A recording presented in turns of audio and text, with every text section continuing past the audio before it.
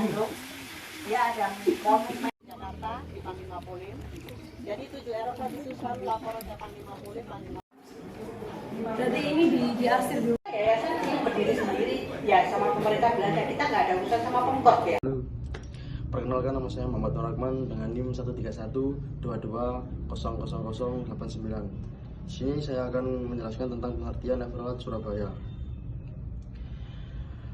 Sebuah makam perang yang terletak di Surabaya, yaitu di Jawa Timur, Indonesia. Tempat ini didedikasikan untuk mengenang dan menghormati para tentara dan korban perang yang tewas selama perang, terutama selama pertempuran di wilayah Indonesia yang dikenal sebagai Revolusi Nasional Indonesia atau Perang Kemerdekaan.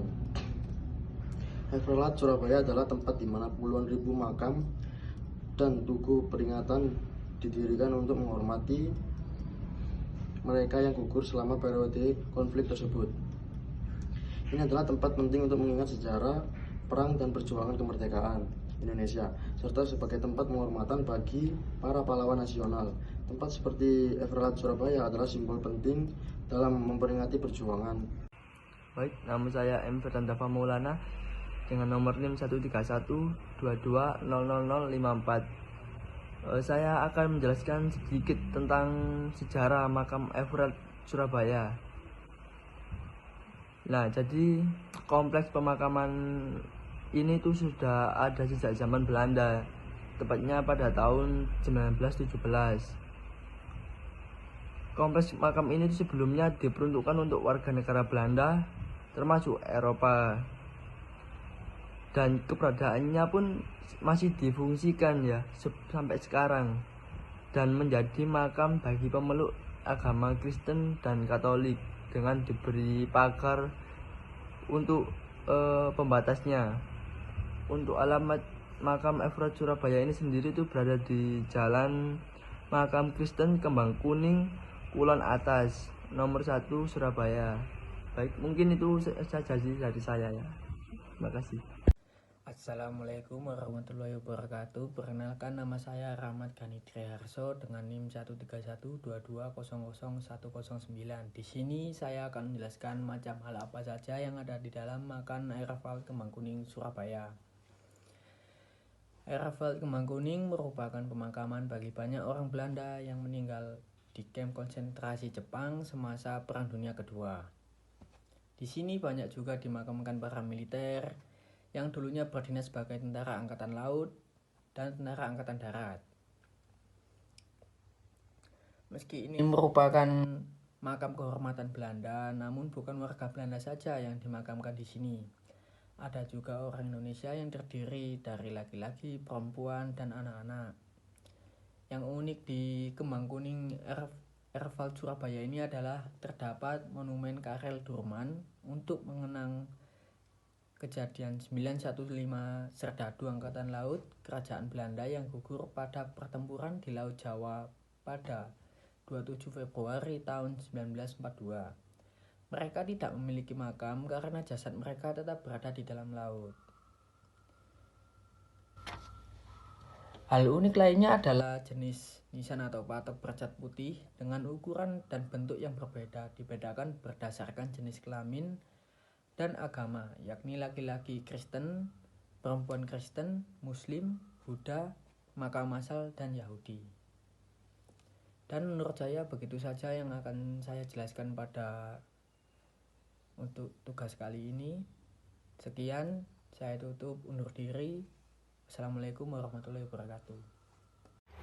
Hubungan internasional adalah sebuah ilmu yang juga mempelajari sebab dan akibat dari hubungan antara suatu negara. Jadi, adanya hubungan antar negara dapat disebabkan oleh adanya perbedaan sumber daya antara negara yang berbeda. Kemudian dari segi historis sendiri, pada zaman dahulu itu Belanda pernah menjajah Indonesia, yang kemudian dalam bidang tertentu pada saat zaman sekarang ini, contohnya adalah di bidang transportasi, kerjasama Indonesia dengan Belanda juga dilakukan pada bidang-bidang yang lain, seperti perdagangan, investasi, infrastruktur, pertanian, maritim, pendidikan, maupun pariwisata. Adapun demikian, yang menjadi topik kita pada video kali ini adalah Everald, yaitu adalah makam peninggalan Belanda di Surabaya.